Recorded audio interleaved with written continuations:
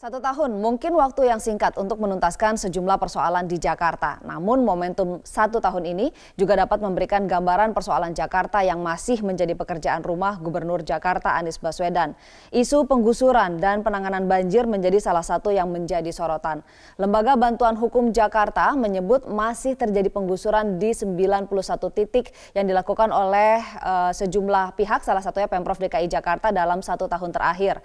Untuk membahasnya sudah bergabung di studio pakar tata kota Nirwono Yoga dan juga melalui sambungan telepon peneliti Lembaga Bantuan Hukum Jakarta bidang perkotaan dan masyarakat urban Charlie Al-Bajili. Saya akan menyapa Mas Yoga terlebih dahulu. Mas Yoga, selamat pagi. Terima kasih sudah menemani saya pagi hari ini. Dan di sambungan telepon ada Mas Charlie Al-Bajili. Mas Charlie, selamat pagi. Selamat pagi, Mbak. Selamat pagi, Mas Charlie. Kita ketahui bahwa dalam 1 tahun terakhir Jakarta ada di bawah kepemimpinan Anies Baswedan, gubernur yang mengatakan bahwa penggusuran adalah bentuk sebuah ketidakadilan dan seharusnya tidak ada lagi penggusuran di Indonesia. Kenyataannya di lapangan seperti apa? Iya, Mbak. Ini kita ada penelitian tentang penggusuran ini setiap tahun ya, Mbak. Jadi sejak tahun 2015. Penelitian kita ini pun juga digunakan oleh Anies mungkin dulu saat masa kampanye pilkada ya. Nah, temuan kita jika memang ingin melihat pemerintahan Anies 1 tahun, itu total terdapat 91 titik penggusuran.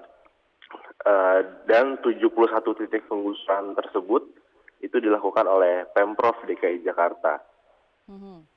Dengan total penggusuran dilakukan terhadap 18 hunian, 63 unit usaha, dan juga 9 gabungan keduanya. Artinya penggusuran ini masih ada dan pelakunya adalah Pemprov DKI Jakarta, begitu temuan LBH Jakarta? Iya.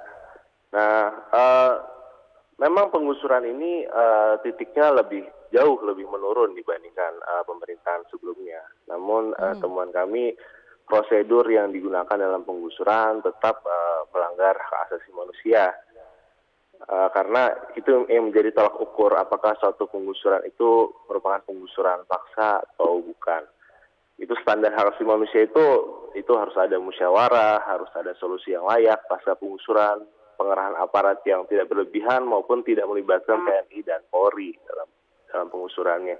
Baik, sebelum lebih jauh Mas Charlie saya konfirmasi dulu dari mana LBH Jakarta mendapatkan data mengenai penggusuran ini, karena Anies Baswedan menyatakan bahwa tidak benar ada penggusuran. Itu data kita didapatkan pertama dari laporan media, kedua dari pengaduan masyarakat yang masuk ke LBH Jakarta, dan ketiga kita verifikasi dari data APBD sendiri. Nah, terkait dengan bantahan Anies terkait dengan penggusuran, ini sepertinya memang ada perbedaan definisi penggusuran Anies dan juga LBH Jakarta. Anies beranggapan bahwa yang dilakukannya bukan penggusuran, melainkan penertiban maupun penataan. Nah, kita sendiri menganggap kita mendasarkan penggusurannya pada standar hak asasi manusia, bahwa memindahkan orang dari suatu tempat ke tempat lainnya tanpa keinginan dari pihak tersebut, melainkan program pemerintah, itu merupakan penggusuran. Penertiban ataupun penataan sendiri itu merupakan modus dari penggusuran. Seperti kita tahu, dulu banyak sekali jargon-jargon penggusuran yang dilakukan dengan penertiban, normalisasi, penataan, tapi sesungguhnya itu merupakan penggusuran. Dan itu pun menjadi satu permasalahan sendiri, karena penertiban itu merupakan term politik yang tidak memiliki ukuran yang jelas kemudian. Seperti kita tahu, banyak sekali penggusuran itu terjadi karena adanya perubahan tata ruang yang tidak partisipatif. Jadi warga yang sudah menduduki lahan di situ puluhan tahun, kemudian dianggap sebagai zona hijau, kemudian harus digusur. Itu yang terjadi salah satunya di kasus Kampung Duri, 9 April 2018 digusur, sudah menduduki lahan 26 tahun di sana, mengaku memiliki sertifikat, namun digusur karena berada di zona hijau. Gitu. Baik, jadi LBH Jakarta sekali lagi bisa membuktikan keakuratan data dalam laporannya ya, Mas? Iya, ini laporan kita setiap tahun kok, dan saya pikir dulu juga ini digunakan laporannya ketika masa kampanye. Baik, saya ke Mas Yoga di sini, ada Mas Yoga di sini, Mas Charlie, Mas Yoga. Setelah 1 tahun ada penggusuran begitu menurut LBH Jakarta, tapi apakah secara tata kota Jakarta sudah lebih baik? Ya, secara umum lebih kepada apa yang dilakukan dalam 1 tahun lebih kepada pemenuhan janji politik ya sebenarnya. Jadi upaya-upaya yang dilakukan lebih kepada apa yang sudah dijanjikan di saat kampanye selama 1 tahun. Sebenarnya tidak salah juga, tetapi ada beberapa catatan sebenarnya karena beberapa poin yang kami catat memberikan PR sebenarnya yang masih harus dikerjakan untuk 4 tahun ke depan. Apa saja? Tadi yang pertama perlu saya garis bawahi, apa yang dilakukan dengan adanya penggusuran ini belum termasuk terhadap program normalisasi bantaran kali. Ya, kalau dalam kita bicara tahun 2018 tidak ada program penataan bantaran kali, ada jelas tidak ada program yang terkait relokasi warga secara besar-besaran. Di luar itu, gitu ya. Terus kemudian beberapa catatan kami yaitu yang pertama tentu penghentian reklamasi 13 pulau izin ini. Nah, ini juga masih ada PR, 4 pulaunya mau dijadikan seperti apa, kemudian ada raperda tentang penataan kawasan tata pantai utara akan jadi seperti apa. Ini PR yang harus dikerjakan dalam waktu 4 tahun. Kemudian yang kedua, kita tahu dalam hal konteks penanganan banjir dalam waktu dekat ini tidak ada penataan ataupun normalisasi kali kan ya.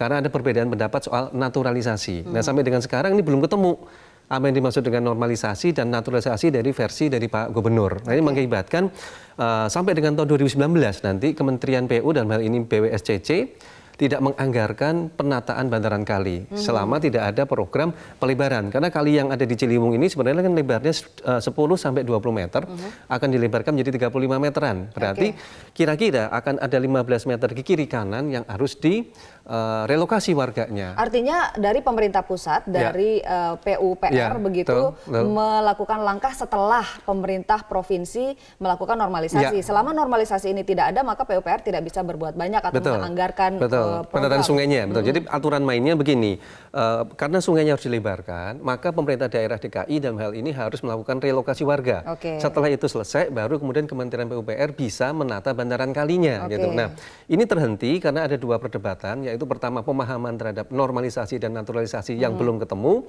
dan kemudian yang kedua adalah keengganan dari Pak Anies untuk membahas relokasi warganya sesuai dengan janji kampanye. Gitu. Sementara musim hujan sudah dekat, BMKG sudah memperingatkan bahwa November nanti sudah akan mulai turun hujan. Apa bahayanya? Kita akan diskusikan itu di segmen berikut. Pemirsa, kami harus jeda dulu, jangan kemana-mana. Metro Pagi Prime Time akan kembali sesaat lagi. Pemirsa, saya akan lanjutkan perbincangan. Di sini ada Mas Nirwono Yoga, pengamat tata kota, dan lewat sambungan telepon ada Charlie Albajili dari LBH Jakarta. Ke Mas Charlie terlebih dahulu. Mas Charlie, di tahun 2018 menurut data yang dikeluarkan oleh LBH Jakarta bahwa tidak ada penggusuran yang dilakukan dengan tujuan untuk normalisasi. Di tahun 2017 seperti apa? Apakah di masa pemerintahan Anies Baswedan sempat ada penggusuran dengan tujuan untuk normalisasi? Di masa Anies Baswedan tidak ada, cuman memang ada 1 titik yang digusur, itu di banjir Kanal Barat. Itu juga terkait dengan program normalisasi untuk proyek jalan inspeksinya dibersihkan gitu. Tapi sudah ada jalan inspeksinya. Itu. Oke, baik Mas Yoga, apa bahayanya jika tidak ada normalisasi yang dilakukan? Ya, sebenarnya kan dalam program penataan bantaran kali tadi ada 4 sungai ya targetnya ya, yaitu Ciliwung, Pesanggeran, Angke, dan Sunter. Nah, di era Pak Anies ini selama setahun ini praktis semuanya berhenti, ya praktis berhenti sehingga otomatis mau tidak mau nanti hal yang paling harus diantisipasi menjelang musim hujan nanti adalah kawasan-kawasan yang menjadi langganan banjir, terutama warga yang tinggal di permukiman bantaran kali ya harus siap-siap untuk menghadapi banjir. Nah, solusinya berarti harus segera diinformasikan bahwa puncak musim hujan di bulan Desember sampai Januari mereka harus kemana evakuasinya. 1. Kemudian yang kedua kita berharap sebenarnya Pemprov DKI memberikan solusi supaya tahun depan nggak banjir lagi gitu. Artinya apa yang dilakukan silakan. Apakah tetap akan mengembangkan naturalisasi umpamanya atau mengembangkan pembangunan rumah susun ataupun juga hal-hal yang terkait dengan penanganan banjir tadi kan kita bicara revitalisasi waduk situ, pemberikan perbaikan saluran air gitu kan, penambahan daerah sepan air. Dalam 1 tahun terakhir ada nggak? Belum ya. Kalau kita bicara umpamanya saya coba membandingkan dalam waktu 1 tahun waktu era Pak Jokowi umpamanya. Dalam 1 tahun ini dalam hal penanganan banjir bisa segera lakukan rehabilitasi Taman Waduk Pluit, Taman Waduk Ria Riu. Nah, tapi di dalam era yang sama itu masih ada 44 waduk dan 14 itu yang belum direvitalisasi gitu. Nah, ini berarti kan masih belum ada untuk penanggulangan banjir. Saluran air kita juga masih 33% yang berfungsi. Artinya ada 67% yang harus segera diperbaiki. Sungai, 4 sungai yang tadi saya katakan ini praktis berhenti selama 1 tahun. Nah, otomatis ini yang harus diinformasikan pada masyarakat. Mohon maaf bahwa tahun ini gitu ya akan